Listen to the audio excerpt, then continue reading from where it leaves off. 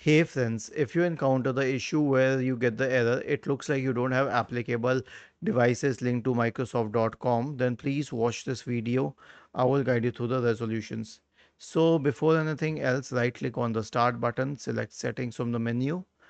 Go to the time and language tab on the list on the left hand side, select date and time in the right pane.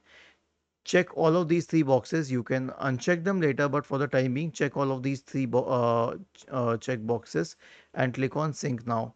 Wait till you get a tick mark here and then the time would have synced. Okay, once the time is synced, it can solve your problem.